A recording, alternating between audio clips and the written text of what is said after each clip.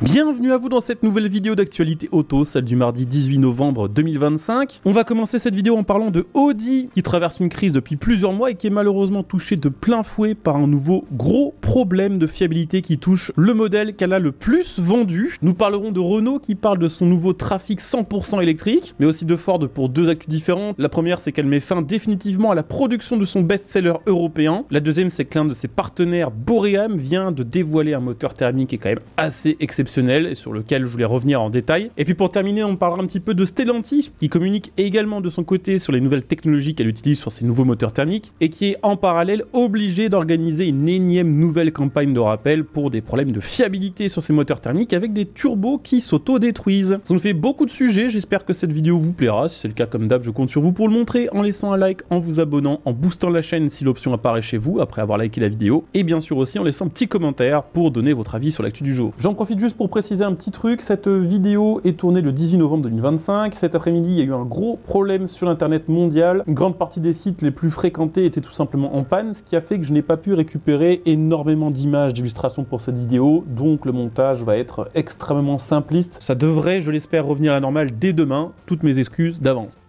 Comme je vous le disais, nous allons commencer cette vidéo en parlant de Audi qui est malheureusement touché de plein fouet par une nouvelle crise, enfin par deux crises en réalité, puisque la marque doit en urgence organiser deux nouveaux rappels d'ampleur, dont l'un d'entre eux touche malheureusement son best-seller, le Audi Q5. Ce rappel concerne la génération actuelle de Audi Q5, qui on le rappelle est produite depuis novembre 2024. Premier rappel pour son premier anniversaire, c'est plus de 130 000 exemplaires du nouveau Q5 qui doivent être rappelés pour un problème de fiabilité qui touche les vis du couvre-culage du moteur qui, sous l'effet des vibrations, pourrait se desserrer. Ce que redoute Audi, c'est que cela puisse créer une fuite d'huile qui, si elle était en contact avec des éléments moteurs portés à haute température par la marche du véhicule, pourrait tout simplement s'enflammer et provoquer un incendie. Pour corriger ça, le serrage des vis incriminées sera vérifié et si elles doivent être remplacées, elles le seront. Du côté du deuxième rappel du jour chez Audi, c'est également les Q5 qui sont touchés, mais ceux des générations précédentes, c'est-à-dire celles, vous l'aurez compris, produites jusqu'à 2024. C'est un rappel qui touche également les Audi A6 et A7 d'ancienne génération et qui est dû à une potentielle surchauffe des modules de la batterie haute tension sur les versions hybrides rechargeables, les fameuses versions ITFSI. Là aussi, le risque principal, c'est un risque d'incendie et ce qui est assez marrant quand même, c'est que pour l'instant, Audi n'a pas vraiment trouvé de solution pour rectifier le problème. Donc via ce rappel, elle propose une solution temporaire puisque lorsque le véhicule sera ramené en concession, il profitera d'une mise à jour du logiciel qui durera environ 1 heure, qui ne vise pas à corriger le problème mais qui vise à le diagnostiquer. Cette mise à jour logicielle permettra simplement d'envoyer une alerte sur l'écran de bord du véhicule, avertissant en cas d'anomalie constatée que le véhicule doit retourner de nouveau en concession. C'est pas la seule chose que fera cette mise à jour puisque si une anomalie est constatée, la capacité de vitesse de recharge de la batterie sera bridée jusqu'à ce que la voiture soit repassée en concession. Donc en gros, pour ce rappel, il n'y a pas vraiment de solution pour le moment.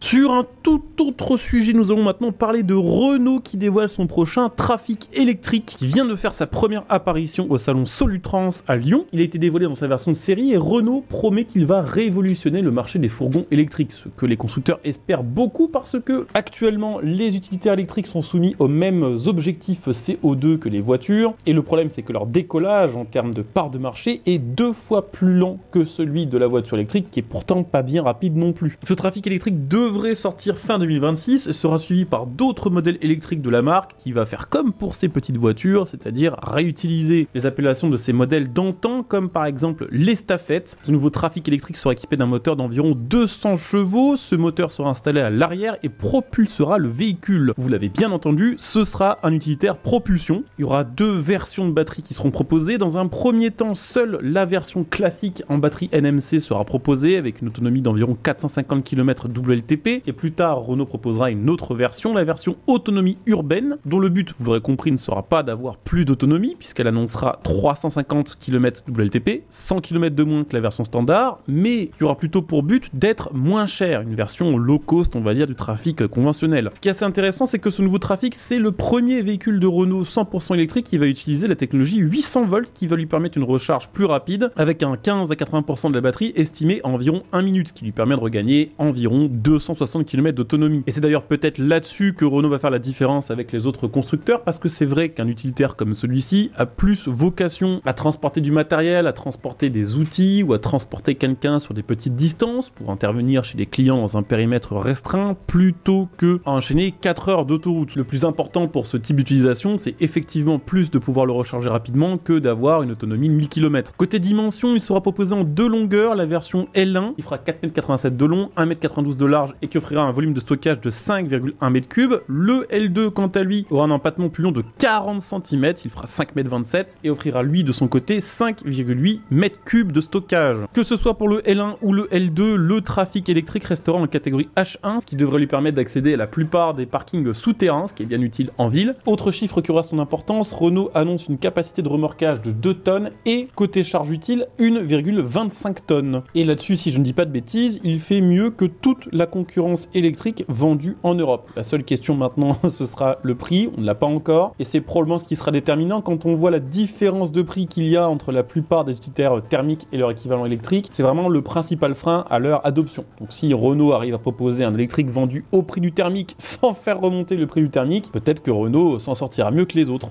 On va partir du côté de chez Ford pour la prochaine actualité, puisque ça y est, malheureusement, le best-seller de Ford en Europe, la Ford Focus, est morte. Alors c'était plus ou moins prévisible parce qu'on savait quand même depuis un petit moment que Ford voulait arrêter la production de la Focus. Maintenant c'est officiel, depuis le 15 novembre, la dernière Ford Focus est sortie des chaînes de production. D'ailleurs, petite info au passage, cette usine de Saarlouis de Ford en Allemagne ne produit plus aucune voiture depuis la fin de la Focus. Donc pour l'instant ça fait que 3 jours, mais on croise les doigts quand même pour qu'il y ait rapidement un plan de production qui soit trouvé pour l'avenir de cette usine. La fin de la Focus, c'est un gros problème pour Ford Europe parce que pour l'instant, il n'y a pas vraiment de remplaçante qui puisse faire espérer à Ford des volumes de vente similaires dans les prochaines années. La Ford Focus, quand même, sur les 3 premières générations, donc sans compter celle actuelle, c'est plus de 16 millions de véhicules vendus à travers le monde. C'est colossal, c'est l'une des voitures les plus vendues au monde tout court. Donc Ford a arrêté la Focus, Ford a également arrêté la Fiesta, et le problème, c'est que pour l'instant, elle compte surtout sur des SUV électriques pour essayer de dynamiser sa gamme européenne, ce qui pour l'instant marche pas très bien, hein. Effectivement la Puma se vend pas trop mal, mais le reste, tout ce qui est Kuga, Capri, Explorer ou quoi, on en voit quasiment jamais parce que ça se vend pas tout simplement. Donc c'est un problème pour Ford, mais c'est également un problème pour le marché parce que la plupart des constructeurs ont délaissé les citadines et les compacts, ainsi que les breaks, les berlines et les monospaces pour se tourner quasiment tous exclusivement vers des SUV, pour la simple et bonne raison que c'est beaucoup plus facile de marger sur un SUV qui de base a un statut, on va dire, de véhicule un petit peu premium, que de marger sur des petites citadines ou compacts vendus moins de 20 000 €. Le marché de la berline compacte, c'est un marché qui n'existe presque plus malheureusement, alors que pourtant il y a de la demande, il n'y a juste plus aucun constructeur qui a vraiment décidé d'y répondre, et c'est probablement l'une des clés qui permettent de comprendre pourquoi les marchés européens automobiles se cassent autant la gueule. Alors par contre, il y a une bonne nouvelle chez Ford, c'est que l'un de ses partenaires, Boream, a dévoilé un nouveau moteur pur thermique qui a été pensé pour la renaissance de la Ford Escort MK, qui est une ancienne voiture de rallye des années 80. Ça donne un moteur 4 cylindres atmosphérique de 2,1 litres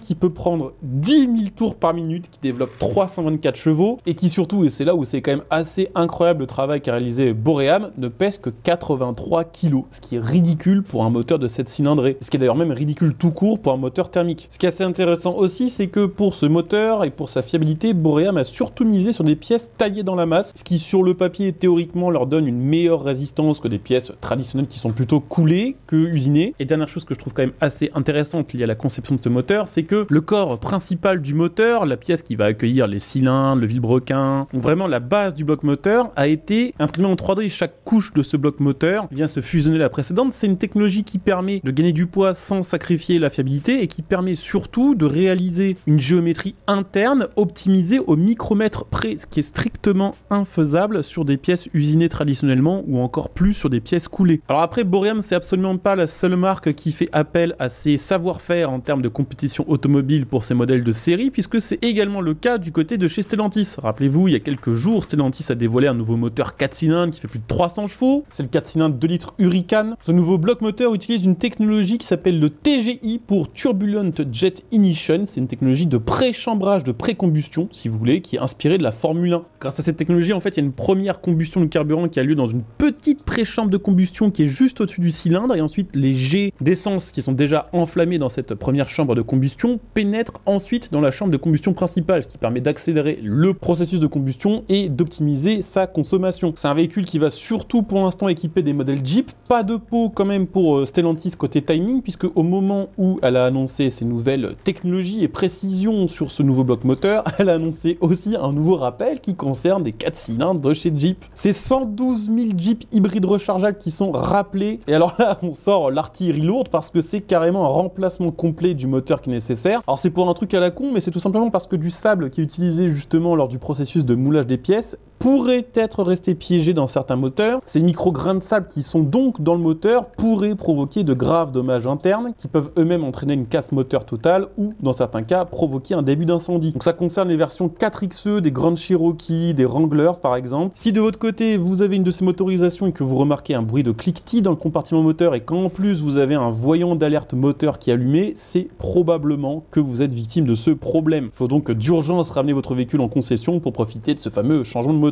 Voilà, c'était les actus de ce 18 novembre 2025. J'espère que la vidéo vous aura intéressé. Si c'est le cas, je compte comme d'habitude sur vous pour le montrer en laissant un like, en vous abonnant, en laissant un petit commentaire, éventuellement en donnant un soutien via le bouton rejoindre. On se retrouve dès demain pour la prochaine vidéo. Portez-vous bien. Ciao.